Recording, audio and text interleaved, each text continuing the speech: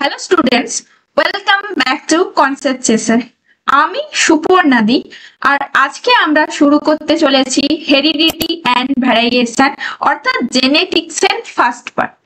তো জেনেটিক্সের first part আমরা আজকে এই লেকচারে কভার করব। তো চলো আজকের লেকচারটা শুরু করা যাক।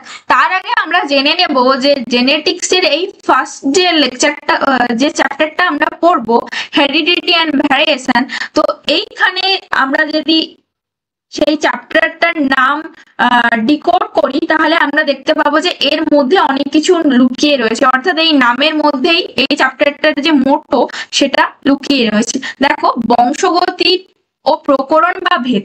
তো এই চ্যাপ্টারটা আমরা যে জানবো, কিছু প্রসেস জানবো, কিছু প্রিন্সিপাল অফ ইনহেরিটেন্স জানবো, যেখানে কি হচ্ছে প্রকরণ বা ভেদ অর্থাৎ ভ্যারিয়েশন হচ্ছে। তো এই চ্যাপ্টারটা খুব ইন্টারেস্টিং। তোমরা ক্লাস 10 এই চ্যাপ্টারটা সম্পর্কে পরিচিত হয়েছো এবং পড়ে এসছো।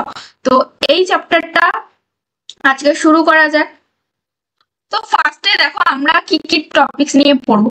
আমরা প্রজনন বিদ্যা বা বংশগতি বিদ্যা সম্পর্কে কিছু পরিভাষা অর্থাৎ বেসিক টার্মিনোলজি গুলো কভার করব।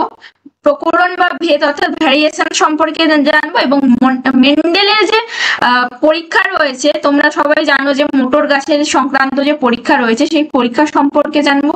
মনোহাইব্রিড ক্রস অর্থাৎ এক সংকর জনন সম্পর্কে আজকে আমরা এই লেকচারে কভার করব। তো এই ছিল আমাদের টপিকস। তো চলো আমরা এখন লেকচারটা শুরু করি। তো ফার্স্টে আমরা কি জানবো যে কিছু টার্মিনোলজিস নামগুলো জেনে নেব। প্রথমে দেখো আমাদের ফার্স্ট টপিক হচ্ছে সমসংস্থ ক্রোমোজোম বা হোমোলোগাস ক্রোমোজোম। দেখো, হোমোলোগাস ক্রোমোজোম বলতে আমরা কি বুঝি? হোমো মানে আমরা কি জানি? হোমো মানে হচ্ছে সেম, অর্থাৎ কি থাকবে সেম পজিশনে বা সেম লোকাসে আমরা কি দেখতে পাবো? দুটো ক্রোমোজোম দেখতে পাবো। দেখো, এটা হচ্ছে দুটো ক্রোমোজোম, দুটি সমসংস্থ ক্রোমোজোম বা হোমোলোগাস ক্রোমোজোম আমরা বলতে পারি। এরপরে আমরা যদি এই দুটো বাহুকে কি বলবো না, এই দুটো বাহুকে আমরা কি বলে থাকি? এই দুটো বাহুকে আমরা কি বলবো? Sister chromatid. দেখো, এই যে দুটো ক্রোমোজোমের যে দুটি বাহু সেটাকে আমরা কি বলবো? Sister chromatid. এরপরে যদি এই বাহুটা এই ক্রোমোজোমের একটি বাহু এবং এই ক্রোমোজোমের যদি একটি বাহু, অর্থাৎ এই দুটি বাহুকে আমরা কি বলবো না, এই দুটি বাহুকে আমরা কি বলবো? নন সিস্টার ক্রোমাটিড। তোমরা এগুলো নিশ্চয়ই জানো। এরপরে মাঝখানে কি রয়েছে না, মাঝখানে একে আমরা কি বলবো? সেন্ট্রোমিয়ার। এরপরে দেখো, আমরা তাহলে সমসংস্থ ক্রোমোজোম সম্পর্কে জানতে পারলাম যে যাদের কি হচ্ছে সেম পজিশনে বা সেম লোকাসে দুটো ক্রোমোজোম থাকবে এখানে। এরপরে আমাদের এই ক্রোমোজোমের মধ্যে কি থাকবে না, ধরো এখানে হচ্ছে এখানে দেখো, এটা হচ্ছে এটা হলো একটা জিন, এটাও হলো একটা জিন। তাহলে দুটো ক্রোমোজোমে দুটো আলাদা আলাদা জিন রয়েছে। এই জিনটা কি ডিকোড করছে না, এই জিনটা ডিকোড করছে হেয়ার কালার মানে চুলের রং, হেয়ার। তো আর এই জিনটাও কি ডিকোড করছে? এটাও হেয়ার কালার ডিকোড করছে। তাহলে আমরা বলতে পারি যে দুটো জিন মানে দুটো ক্রোমোজোম কি সেম পজিশনে আছে, অর্থাৎ দুটো জিনও সমান, যে দুটো জিনের মিললে কি হবে যে একটা নিউ হেয়ার কালার হতে পারে। ঠিক আছে, এরপরে আমরা জেনে নেই। দেখো, আমরা তো জানি যে আমাদের যে দেহকোষে কি হচ্ছে যে 23 জোড়া ক্রোমোজোম রয়েছে বা 46টা আমরা বলতে পারি, যেটাকে আমরা জোড়ায় বলছি। তার মধ্যে কি 22 জোড়া আমরা জানি যে 22 জোড়া কি, তার মধ্যে কি রয়েছে 22 জোড়া অটোজোম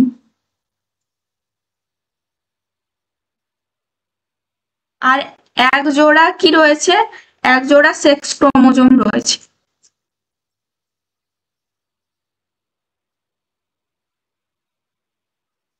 তো তোমরা এই বিষয়গুলো জানো যে স্ত্রী দেহের সেক্স ক্রোমোজোম কি এক্স এক্স এবং পুরুষের দেহের সেক্স ক্রোমোজোম কি এক্স ওয়াই। তো এইগুলো সম্পর্কে তোমরা আগেই জেনেছো। তাহলে এখানে কি করে, এরা কি করে ডিকোড করে, যে জিনগুলোকে ডিকোড করে। তো এখানে কি এরা আকৃতিগতভাবে সমান হচ্ছে, যারা কি করে না জিনের যে প্রকৃতি বা বিন্যাস সেইগুলোকে ডিকোড করছে। আর কি করছে না সেন্ট্রোমিয়ারের এখানে কি হচ্ছে বাহুর দৈর্ঘ্য সমান। তাহলে এই ছিল সমসংস্তর ক্রোমোজোম। নেক্সট আমরা কি পড়বো যে জিন। তো জিন সম্পর্কে এই শব্দটা তোমরা আগেও জেনেছো যে জিন কি। তো আমরা তো জানি দেখো জিন কি না, জিনকে আমরা কি বলি বংশগতির ধারক বাহক আমরা বলে থাকি। তো জিন শব্দটি প্রথম কে ব্যবহার করেছিলেন জোহানসেন। দেখো জিন কি করে, তো এরা কি করে মূলত কি করে জৈবিক বার্তা প্রেরণ করে এক বৈশিষ্ট্য এক জনু থেকে পরবর্তী জনুতে। দেখো এটা একটা কি কোষ, তো এই কোষের মধ্যে কি রয়েছে নিউক্লিয়াস, এরপরে দেখো নিউক্লিয়াসের মধ্যে কি থাকে ক্রোমোজোম, এরপরে মাঝখানে এই মিডিল এর অংশটাকে আমরা কি বলছি সেন্ট্রোমিয়ার, এবং প্রান্তদ্বয়ে একে আমরা কি বলছি টেলোমিয়ার। এরপরে এই যে স্ট্রাকচারটা দেখছো এটাকে আমরা কি বলছি ডিএনএ। তো ডিএনএ এর মধ্যে কে থাকে না ডিএনএ এর মধ্যে অবস্থান করে জিন। তো এই যে অংশটা এখানে ডিকোড করা হয়েছে এটাকে আমরা কি বলছি জিন। তো জিন কি করে না জিন কি করে যে এক জনু থেকে পরবর্তী জনুতে কিছু জৈবিক বার্তা প্রেরণ করে। তো এটা হচ্ছে জিনের কাজ। তো আমরা একে কি বলছি যে বিভিন্ন বৈশিষ্ট্যকে নিয়ন্ত্রণ করছে। তো ক্রোমোজোম অবস্থিত যে ডিএনএ এর যে ক্ষুদ্র অংশকে আমরা কি বলবো না ক্রোমোজোমের মধ্যে অবস্থিত ডিএনএ এর ক্ষুদ্র অংশকে আমরা কি বলছি জিন। তো জিন কি পরিব্যক্তি ক্ষমতা সম্পন্ন, অর্থাৎ এর মধ্যে মিউটেশন হতে পারে, এগুলো কি আত্মপ্রজননশীল অর্থাৎ রিপ্রোডাকশনে এগুলো কি সাহায্য করতে পারে। এরপরে জিন জিন বিভিন্ন ধরনের সংকেত অর্থাৎ কোড বহন করে। জিন হচ্ছে কি সংকেত বা কোড বহন করে, অর্থাৎ মানে প্রোটিন এবং পলিপেপটাইডের যে সংকেত রয়েছে সেগুলো কি করে জিন বহন করে। তাই জন্য আমরা একে কি বলবো বংশগতির ধারক ও বাহক আমরা একে বলে থাকি। নেক্সট আমরা জানবো যে জিন লোকাস। জিন লোকাস কি, দেখো এটা কি আমরা কি বলছি জিনের লোকাস, একে আমরা কি বলছি এটা হচ্ছে জিনের লোকাস। এবং এটা দেখো ডমিনেন্ট অ্যালিল মানে হচ্ছে কি, মানে হচ্ছে প্রকট অ্যালিল, আর রেসেসিভ অ্যালিল মানে হচ্ছে প্রচ্ছন্ন অ্যালিল। তো কি হচ্ছে যে এখানে কি হচ্ছে দেখো এটা একটা ক্রোমোজোম বা আমরা ক্রোমাটিড বলতে পারি। তো যেখানে কি হচ্ছে জিন যেখানে পাওয়া যাবে তাকে আমরা কি বলছি লোকাস। এরপরে দেখো এখানে কি হচ্ছে দুটো সমসংস্তর ক্রোমোজোম আছে, এবারে দুটো কি হচ্ছে এখানে দেখো দুটো লোকাসের অবস্থান। কি হচ্ছে জিনের একটা নির্দিষ্ট স্থানে কি হচ্ছে লোকাস অবস্থান করছে। তো এখানে জেনোটাইপ হিসাবে কি রয়েছে না দেখো জেনোটাইপ হিসাবে দুটোকে যদি কম্বাইন করা হয় তাহলে পিপি, অর্থাৎ ক্যাপিটাল দুটো পি কি ডিনোট করছে না হোমোজাইগাস, এবং এখানে দেখো ছোট দুটো অর্থাৎ স্মল দুটো এগুলো হচ্ছে হোমোজাইগাস। এরপরে ডমিনেন্ট অ্যালি এবং রেসেসিভ অ্যালি অর্থাৎ প্রকট জিন এবং প্রচ্ছন্ন জীব মিলে কি হয়েছে হেটারোজাইগাস, অর্থাৎ এই যে হেটারোজাইগাস কারণ বিটা হচ্ছে ক্যাপিটাল বিটা হচ্ছে কি প্রচ্ছন্ন জিন, তাই এটার জন্য এখানে হয়েছে কি হেটারোজাইগাস। যেমন মোটর গাছে আমরা কি দেখতে পাই, মোটর গাছে আমরা উদাহরণ হিসাবে বলতে পারি যে মোটর গাছের যে খর্বকাণ্ড হওয়ার জন্য কোন জিন দেয়,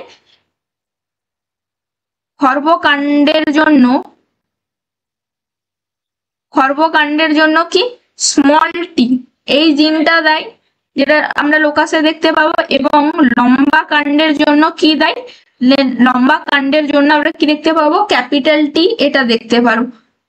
এরপরে আমরা নেক্সট পড়বো জিনোম। তাহলে জিন লোকাস আমরা পড়লাম। তো জিনোম কি যে হ্যাপ্লয়েড সংখ্যক যে ক্রোমোজোম থাকে তাকে আমরা কি বলবো জিনোম।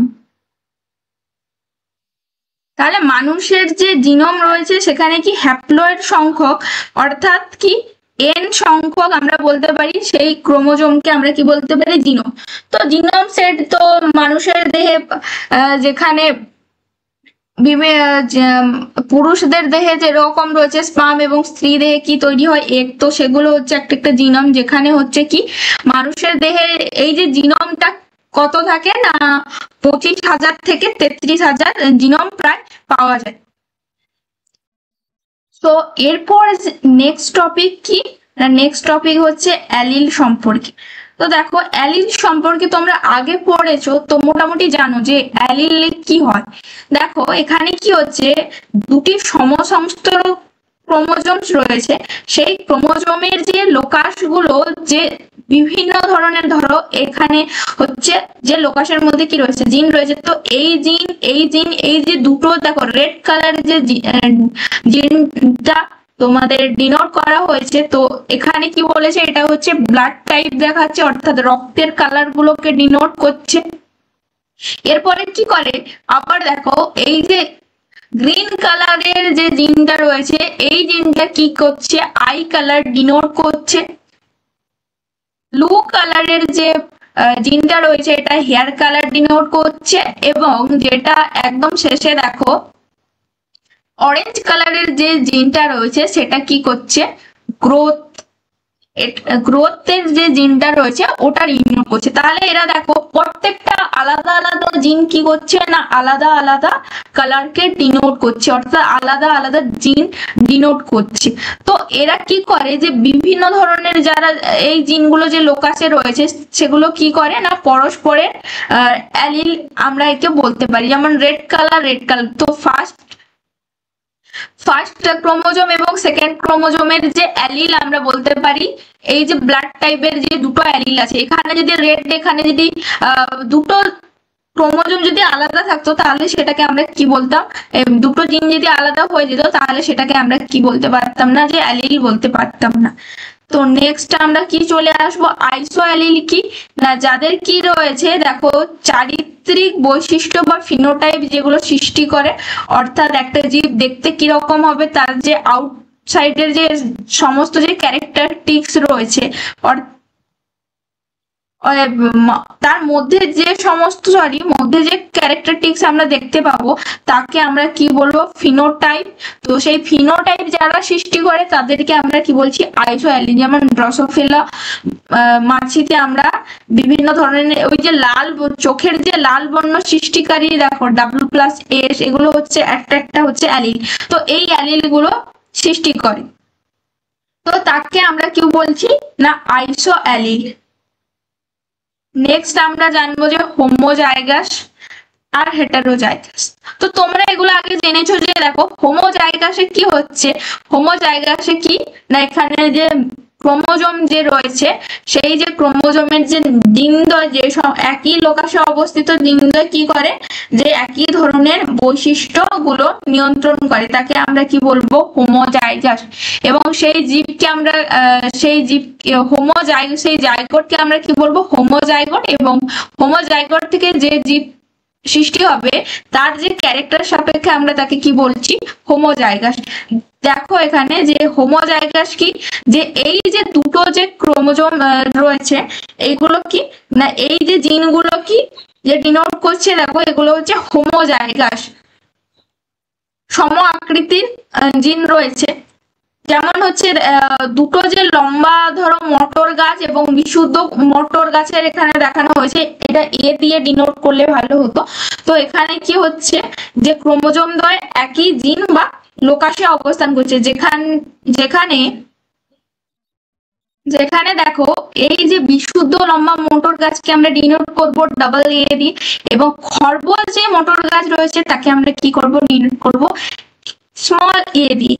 এখানে কি হচ্ছে দেখো জিনের যে লোকাসে যেটা লম্বা দৈর্ঘ্যের যে মোটর জিনদ্বয় রয়েছে সেটা হচ্ছে ডাবল এ, এবং খর্ব দৈর্ঘ্যের যে মোটর রয়েছে তাকে মোটর গাছে আমরা কি বলতে চাইছি যে সেখানে কি স্মল এ উপস্থিত আছে বা স্মল বি আমরা দেখতে পাবো। এরপরে নেক্সট আমরা চলে আসবো হেটেরোজাইগাস।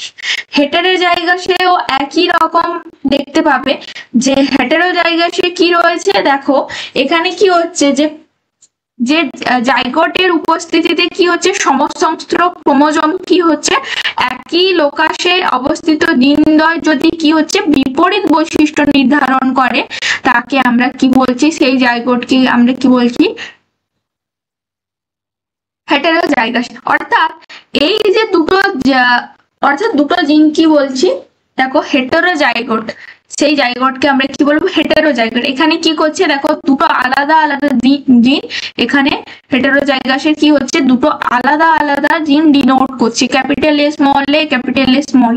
তো ক্যাপিটাল বি স্মল বি এটা যদি ভালো করে দেখো তো এখানে কি হচ্ছে দুটো আলাদা জিন দেখতে পাবে। তো সেই জীবকে আমরা কি বলবো হেটেরোজাইগাস জীব। তো একে আমরা হাইব্রিড জীব বা সংকর জীবও আমরা বলতে পারি।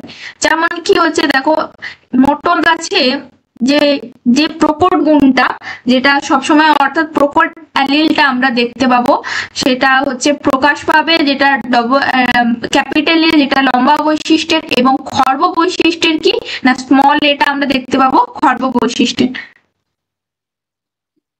নেক্সট আমরা কি জানবো যে ডমিনেন্ট জিন আর রিসেসিভ জিন অর্থাৎ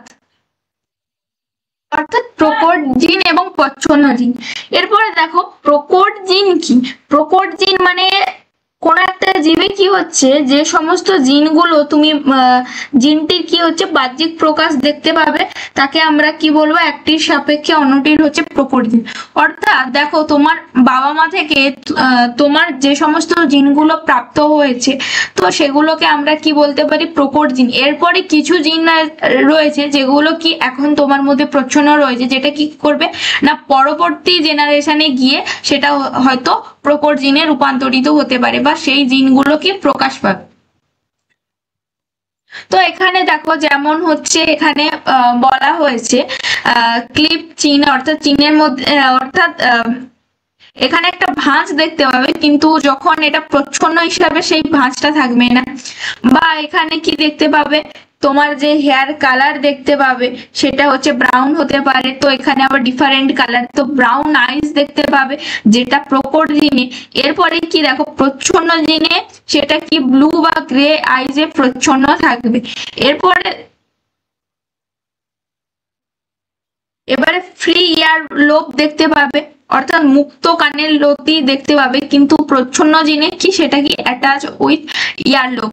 তো এখানে এইগুলো দেখা যায় যাকে আমরা ডমিনেন্ট জিন আর রিসেসিভ জিন অর্থাৎ প্রচ্ছন্ন জিন বলছি, যেই জিনগুলো কি প্রকাশ পায় না, কিছু জিন রয়েছে সেগুলো প্রকাশ পায় না তাকে আমরা কি বলছি প্রকট জিন, যেগুলো কি করে পরবর্তী প্রজন্মেও প্রকাশ পেতে পারে। যেরকম মোটর গাছের ক্ষেত্রে আমরা যদি বলতে পারি যেটা প্রকাশ পেয়েছে অর্থাৎ মোটর গাছের ক্ষেত্রে যদি বলা যায়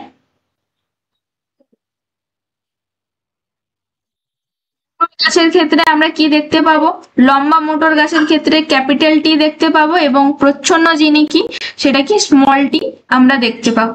তো এই ছিল ডমিনেন্ট জিন এবং রিসেসিভ জিন। এরপরে নেক্সট আমরা চলে আসব ডমিনেন্স অর্থাৎ ডমিনেন্ট জিন অর্থাৎ সহপ্রকট জিন। তো এখানে কি হচ্ছে দেখো যে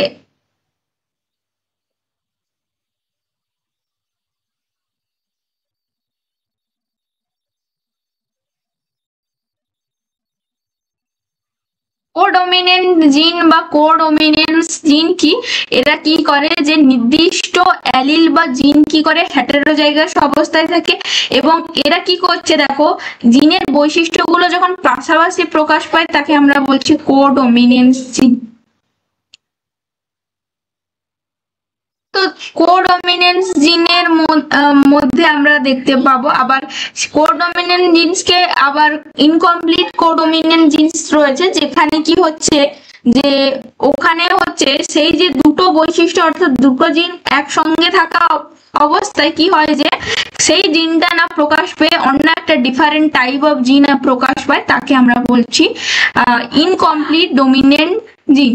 তো এখানে দেখো রেড এবং হোয়াইট এই দুটো অর্থাৎ এটা কি পি জেনারেশন অর্থাৎ প্যারেন্টাল জেনারেশন বা জনিত্রী জনু থেকে কি হচ্ছে এখানে দুটো কি হলো যেখানে রেড, রেড কে ডিনোট করছি ডবল আর, এখানে দুটো জিন, এবং হোয়াইট কে হচ্ছে স্মল আর। তো এখানে কি হচ্ছে F1 জেনারেশন, অর্থাৎ আমরা প্রথম আপত্য জন্যতে কি দেখতে পাচ্ছি রেড এবং হোয়াইট কালার, অর্থাৎ রেডও হতে পারে হোয়াইট কালারের মিক্সচার, অর্থাৎ এটা কি গোলাপি কালারেরও আসতে পারে। যেরকম গরুর ক্ষেত্রেও এখানে ক্রসে কি হচ্ছে হোয়াইট অ্যান্ড রেড এর ক্রসিং ওভার, ক্রসে কি হচ্ছে রোন নামে এক ধরনের দেখো মিক্সচার, গরুর যে স্কিন কালারটা কি মিক্সচার, অর্থাৎ রোন কালারের গরু আমরা দেখতে পাবো। নেক্সট আমরা দেখতে পাবো ইনকমপ্লিট ডমিনেন্সের ক্ষেত্রে প্যারেন্টাল জন্যতে, অর্থাৎ রেড অর্থাৎ ক্যাপিটাল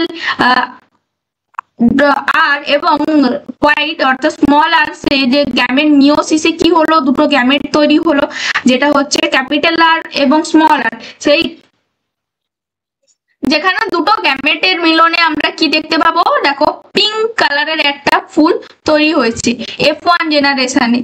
তো F1 জেনারেশনে আমরা অর্থাৎ প্রথম অপত্য জনুতে আমরা কি দেখতে পাবো যে পিঙ্ক কালারের ফ্লাওয়ার দেখতে পাবো, সেটাকে আমরা কি বলছি ইনকমপ্লিট ডমিনেন্স। নেক্সট আমরা দেখবো, তো এখানে দেখো পার্পেল এন্ড হোয়াইট কালারের করা হয়েছে, তো সেখান থেকে কি হচ্ছে পার্পেল তৈরি হচ্ছে। এরপরে আমরা দেখবো যে সেকেন্ড অপত্য জনুতে, অর্থাৎ সেকেন্ড জেনারেশনে কি হচ্ছে, অর্থাৎ F2 জেনারেশনের ক্ষেত্রে আমরা দেখতে পাবো যে 3 ভাগ কালার হচ্ছে পার্পেল আর একটা কালার হচ্ছে হোয়াইট। তো সেইটা কি, সেই চেঞ্জেসটা কিরকম হচ্ছে সেটা আমরা চেকার বোর্ডের মাধ্যমে জানতে পারবো। তো একটু পরে এগুলো নিয়ে আমরা আলোচনা করব। পরে নেক্সট আমরা জানবো দেখো পানেট স্কোয়ার। এই পানেট স্কোয়ার কি, পানেট স্কোয়ারকে আমরা কি বলে থাকি না, পানেট স্কোয়ারকে আমরা বলে থাকি চেকার বোর্ড।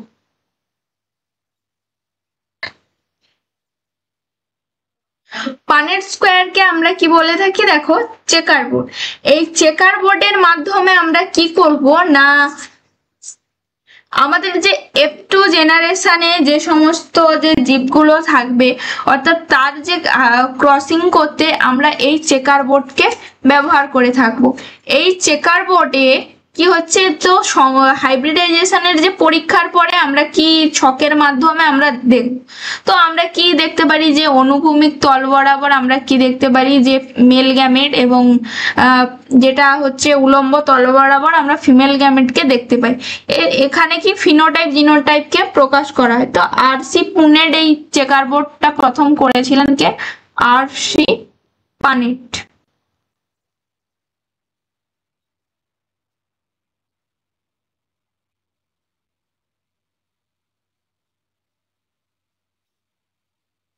নেক্সট আমরা চলে আসবো প্রকরণ বা ভ্যারিয়েশন বা ভেদ। তো ভেদ সম্পর্কে বা প্রকরণ সম্পর্কে আমরা আগেও জেনেছিলাম, এরপরে কি হচ্ছে ভেদ বা প্রকরণ সম্পর্কে আমরা জানতে চলেছি যে ভেদ বা প্রকরণ সম্পর্কে কি। তো আমরা জানি যে এই প্রসেস কিছু প্রিন্সিপাল ইনহেরিটেন্স রয়েছে যেগুলোর কি হচ্ছে ভ্যারিয়েশন বা ভেদ দেখতে পাচ্ছি। তো এগুলো কি হচ্ছে দেখো বিভিন্ন কোনো কারণে কি হয় জিন ও ক্রোমোজোমের যে পুনর্বিন্যাস অর্থাৎ রিকম্বিনেশনের ফলে আমরা কি দেখতে পাবো, কোন জীবের মধ্যে কি হচ্ছে অঙ্গ সংস্থানিক শারীরবৃত্তীয় এবং আচরণগত আমরা যে প্রভেদ দেখতে পাই তাকে আমরা কি বলবো প্রকরণ বা ভেদ। তো জীবের মধ্যে আমরা কিছু ভ্যারিয়েশন দেখতে পাবো। তো অনেক বিভিন্ন জীব রয়েছে, তো সেগুলো কি হচ্ছে যে বিভিন্ন দিক থেকে আলাদা, কেউ অঙ্গ সংস্থানিক দিক থেকে আলাদা, কেউ শারীরবৃত্তীয় ভাবে আলাদা, কেউ আচরণগত ভাবে আলাদা। এরপরে প্রকরণের ভিত্তিতে দেখো আমরা একে দুটি ভাগে ভাগ করবো, একটা হচ্ছে কোষের প্রকৃতি আর একটা প্রভেদের মাত্রার ভিত্তিতে। তো কোষের প্রকৃতিতে দেখো দেহজ প্রকরণ, মানে দেহজ প্রকরণ মানে কি, যে কিছু বৈশিষ্ট্য আছে যেগুলো কি হচ্ছে যে এক জনু থেকে পরের জনুতে সঞ্চারিত হচ্ছে, এবং সঞ্চারিত না হওয়ার জন্য সেই যে বৈশিষ্ট্যগুলো কি হচ্ছে, দেখো জীবের জীবনকালে সৃষ্টি হচ্ছে, আবার জীবটা যখন বিলুপ্ত অর্থাৎ জীবটা মারা যাওয়ার পরে কি হচ্ছে, সেই যে বৈশিষ্ট্যগুলো কি হচ্ছে নষ্ট হয়ে যাচ্ছে, তাকে আমরা বলছি দেহজ প্রকরণ বা সোমাটিক ভ্যারিয়েশন। তো যেমন বিভিন্ন দেখতে পাবে যে মরু শেয়াল রয়েছে, যেটা কি করে যে সারা দেহে কি করে যে লোমে ঢাকা থাকে এবং বরফের সঙ্গে মিশে যায়, আবার যখন ওয়েদার সিজন চেঞ্জ হয় তো তার যে স্কিন কালার রয়েছে অর্থাৎ লোমের যে কালার রয়েছে সেই লোমের কালার কি হয়, চেঞ্জ হতে থাকে। প্রজননিক প্রকরণে আমরা এই ভ্যারিয়েশন অর্থাৎ ব্লাস্টোজেনিক ভ্যারিয়েশনে কি দেখতে পাবো, যে অর্থাৎ ব্লাস্টোজেনিক কি মানে হচ্ছে কি জনন কোষের সম্পর্কিত কিছু প্রজনন আমরা দেখতে পাবো, যেমন হিমোফিলিয়া, বর্ণান্ধতা। এবং নিরবিচ্ছিন্ন প্রকরণের মাধ্যমে আমরা কি দেখতে পাবো, কন্টিনিউয়াস ভ্যারিয়েশন, মানে কিছু বৈশিষ্ট্য দেখতে পাবো, কিছু পার্থক্য দেখতে পাবো এই ভ্যারিয়েশনে, যেগুলো কন্টিনিউয়াসলি ভাবে হতে থাকে। বিচ্ছিন্ন প্রকরণে কি আমরা বিভিন্ন গঠনগত, সংখ্যাগত এবং মিউটেশনে এইগুলো দেখতে পাবো। তো এই ছিল ভ্যারিয়েশন। নেক্সট আমরা পড়বো মেন্ডেলীয় বংশানুসরণ। তাহলে দেখো আমরা তো জানি যে মেন্ডেলকে কি বলা হচ্ছে, সুপ্রজনন বিদ্যার জনক। তো মেন্ডেল প্রথম কি করেছেন, জেনেটিক্স আবিষ্কার করেছেন।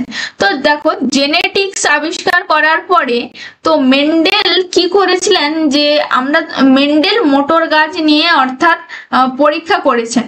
তো এই পরীক্ষা করার জন্য কি করেছেন, বিভিন্ন ধরনের যে monohybrid cross, die hybrid cross, এগুলোর ওপরে কি করেছেন তিনি এক্সামিনেশন বা এক্সপেরিমেন্ট করেছিলেন।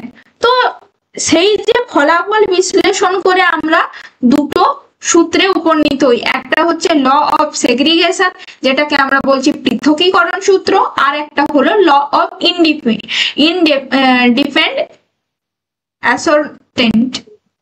অ্যাসর্টমেন্ট, তো স্বাধীন সঞ্চারণ সূত্র। তো মেন্ডেলের এই দুটো সূত্র নিয়ে আমরা একটু পরে ডিসকাস করব। এরপরে দেখো তো তার সূত্রগুলির উপর ভিত্তি করে কি গড়ে উঠেছে, জেনেটিক্স গড়ে উঠেছে, তাই তাকে আমরা কি বলেছি, সুপ্রজনন বিদ্যার জনক। তো মেন্ডেলের যে বিভিন্ন যে বংশগতি সম্পর্কে পরীক্ষার ফলাফল, গাণিতিক বিশ্লেষণ সম্পর্কে আমরা কি বলতে পারি, অর্থাৎ তার এই সূত্রগুলোকে কি নামে পরিচিত, মেন্ডেলবাদ বা মেন্ডেল তত্ত্ব হিসাবে আমরা ডিকোড করে থাকি। নেক্সট দেখো, তাহলে এত উদ্ভিদ রয়েছে, মেন্ডেল কেন মোটর গাছকে নির্বাচন করেছেন এই পরীক্ষার জন্য? তো তোমাদের মনে কোশ্চেন আসতেই পারে যে মেন্ডেল কেন শুধুমাত্র মোটর গাছকে নিলেন, অন্য এত উদ্ভিদ রয়েছে সেই উদ্ভিদগুলোকে তো নিলেন না। তো তার জন্য তো সেই কারণটা আজকে এখন আমরা জেনে নেব যে কেন তিনি মোটর গাছকেই বাছলেন এই হাইব্রিডাইজেশন যে বা সংকরায়নের যে পরীক্ষা রয়েছে সেই পরীক্ষার জন্য তিনি কেন মোটর গাছকে বেছেন। দেখো মোটর গাছ কি যে এক বর্ষজীবী উদ্ভিদ, ঠিক আছে। এরপরে এরা কি করে, কয়েক জেনারেশন ধরে যারা কি করে যে একটা মাত্র সিজনে এগুলো পাওয়া যাবে। এরপরে কি হচ্ছে যে স্বল্প সময়ে বিভিন্ন জেনারেশন ধরে তো এই পরীক্ষাকে চালানো সম্ভব। তাছাড়া কি হচ্ছে, মোটর গাছের বিপরীত ধর্মী গুণগুলো অত্যন্ত সুস্পষ্ট হয়। মানে বিপরীত ধর্মী গুণ মানে আমরা জানি যে প্রকট এবং প্রচ্ছন্ন গুণ। হয়তো দেখো গাছের দৈর্ঘ্য অর্থাৎ সেই গাছটা কি হতে পারে, লম্বা হতে পারে, বেঁটে হতে পারে।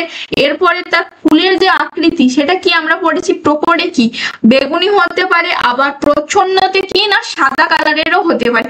তো এই যে একজোড়া যে বিপরীত যে ক্যারেক্টারিস্টিক্স যেটা আমরা মোটর গাছে দেখতে পাবো, তাই মেন্ডেল কি করেছেন যে মোটর গাছকে বেছে নিয়েছেন এই পরীক্ষার জন্য। এরপরে দেখো কি মোটর গাছের যে ফুল রয়েছে সেগুলো কি উভয় লিঙ্গ ফুল, যেগুলো কি হচ্ছে পাপড়ি দ্বারা পুংকেশর গর্ভকেশর গুলো ঢাকা থাকে। আর যেগুলোকে কি হচ্ছে সেলফ পলিনেশন অর্থাৎ স্বপরাগযোগ আমরা দেখতে পাবো। তার জন্য কি হচ্ছে বিশুদ্ধ গুণ সম্পূর্ণ এদের মধ্যে সিড অর্থাৎ বীজ সৃষ্টি হচ্ছে, উভয়লিঙ্গ ফুল, আবার পুংকেশর গর্ভকেশর রয়েছে, সব দিক থেকে একদম ঠিক রয়েছে। এবং যাদের মধ্যে আমরা কি দেখতে পাবো সেলফ পলিনেশন ঘটছে।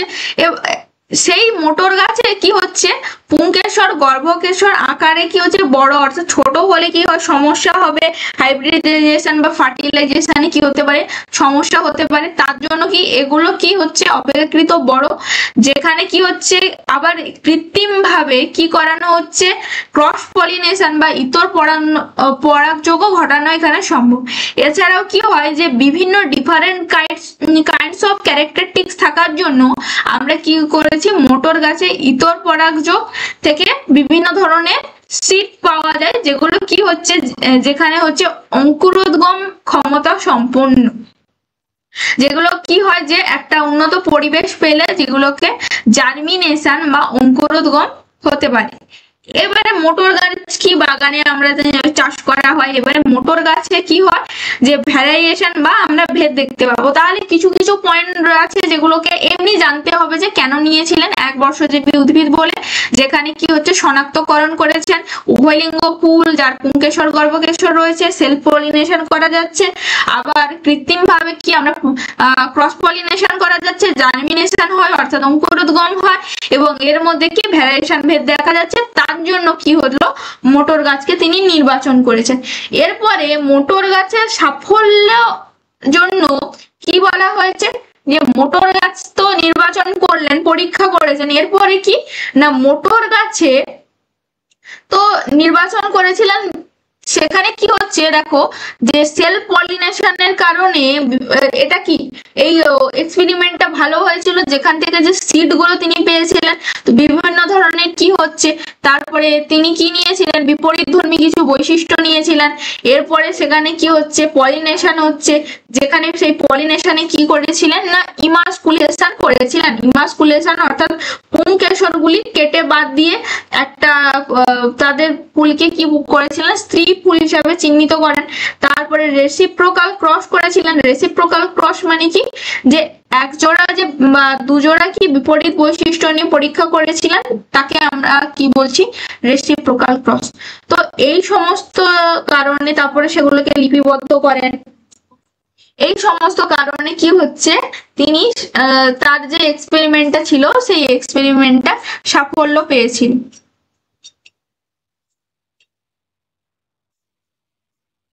নেক্সট দেখো মোটর গাছের কিছু চারিত্রিক বৈশিষ্ট্য দেখে নেব। দেখো মোটর গাছে যেটা প্রকট অবস্থায় কি থাকে না প্রকট অবস্থায় কি গাছের দৈর্ঘ্য কি হতে পারে লম্বা হতে পারে, প্রচ্ছন্ন অবস্থায় সেটা কি বেটে, অর্থাৎ এটা কি এখনো পর্যন্ত প্রকাশ পায়নি। কাণ্ডে দেখো যদি কাণ্ডে ফুলের অবস্থান, তো এটা খুব ইম্পর্টেন্ট, এখান থেকে কোশ্চেন আসছে। তো কাক্ষিকে হতে পারে এবং শীর্ষস্থ হতে পারে যেটা প্রচ্ছন্নতে। ফলের আকৃতি কি যদি প্রকটে হয় সেটা কি হবে স্ফীত হবে, এবং যদি প্রচ্ছন্ন দেখতে পাই তাহলে ফলের আকৃতি কি হচ্ছে না চাপা। এরপরে দেখো ফলের রং কি হচ্ছে সবুজ, আর ফলের যদি প্রচ্ছন্ন অবস্থায় থাকে সেটা কি না হলদে কালার। এরপরে দেখো ফুলের রং কি হচ্ছে, আমরা দেখবে যে মোটর গাছের কি হয় ফুলের রং। এরপরে দেখো আমরা কি দেখতে পাবো এর ফুলের রং তুমি দেখতে পাবে যে মোটর গাছের ফুলের রং কি আর এখানে প্রচ্ছন্ন অবস্থায় থাকলে সেটা কি হচ্ছে সাদা। এরপরে বীজের আকৃতি দেখো গোল হতে পারে, যেটা প্রচ্ছন্ন অবস্থায় রয়েছে সেটা কিন্তু পুরোপুরি গোল নয়, কিছুটা কি কুঞ্চিত।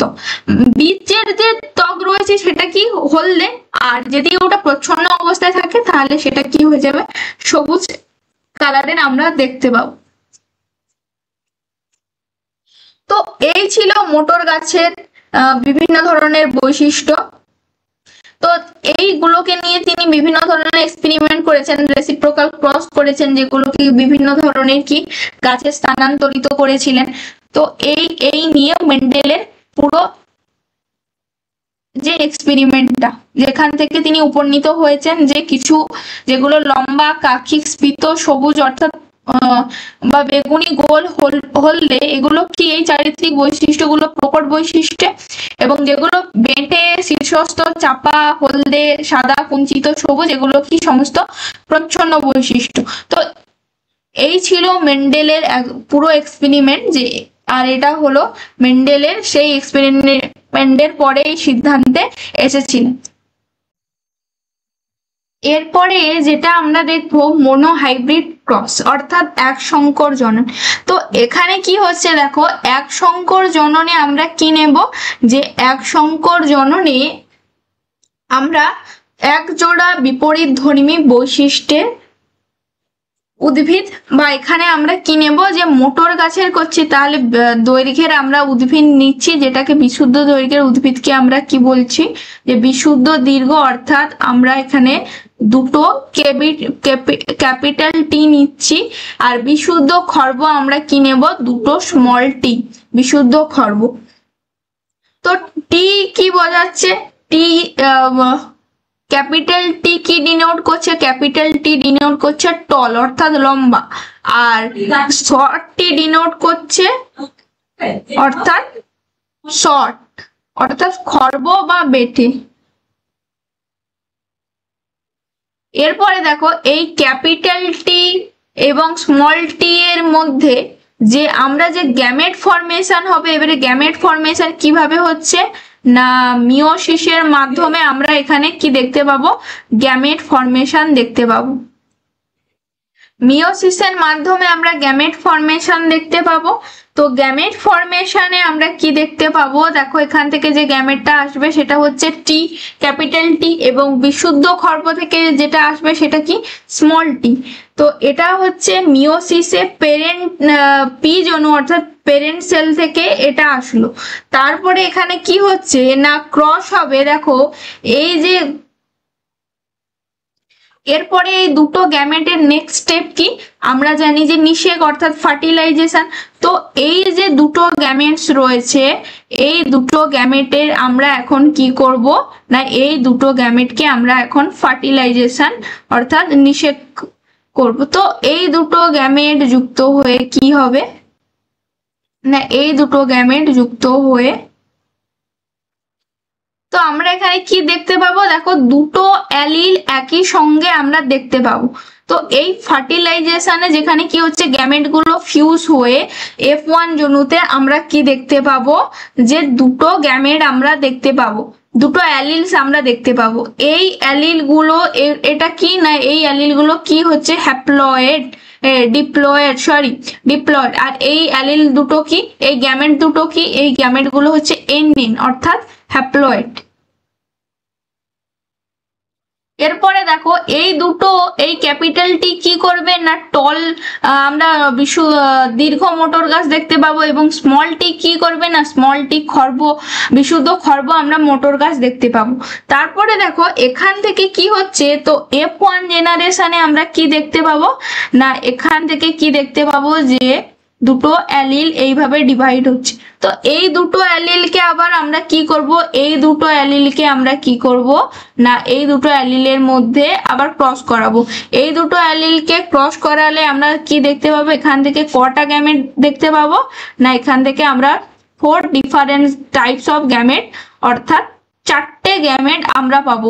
এই 4টে গ্যামেটকে আমরা কি করাবো না, এই 4টে গ্যামেটকে আমরা আবার ক্রস করাবো F2 জেনারেশনে। তো সেখান থেকে কি হবে, চার ধরনের উদ্ভিদ আমরা দেখতে পাবো।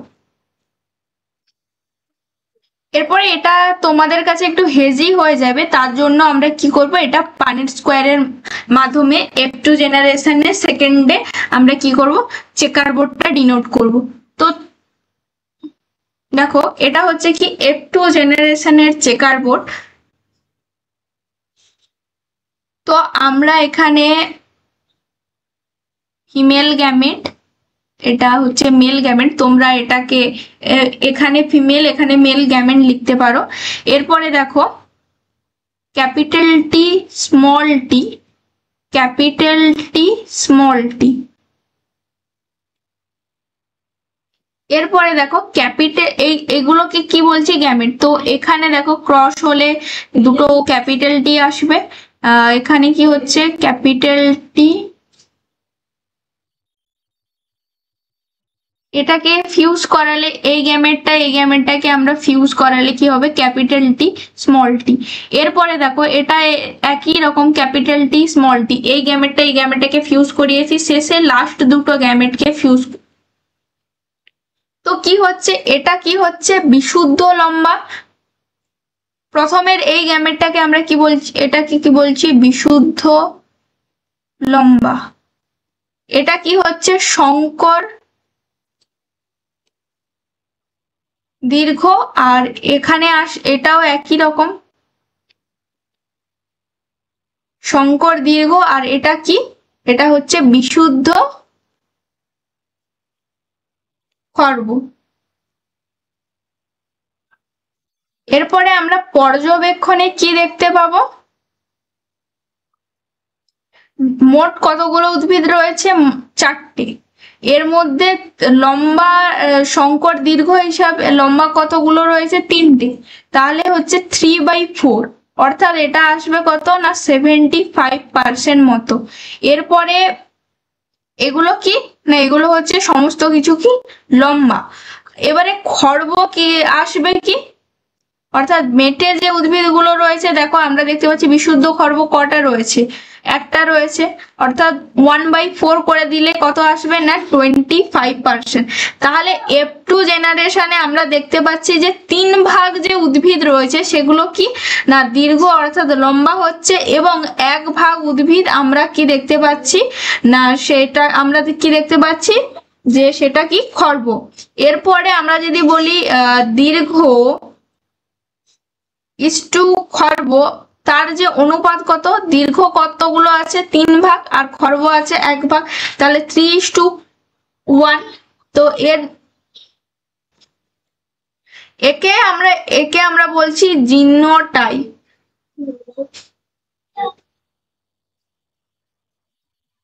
এরপরে আমরা একে আমরা কি বলছি ফিনোটাইপ। এর জিনোটাইপ কি হবে তাহলে, জিনোটাইপে আমরা দেখো বিশুদ্ধ খর্ব কতগুলো আছে, বিশুদ্ধ দীর্ঘ আছে 25%, তাহলে হচ্ছে এটা কি 25% রয়েছে।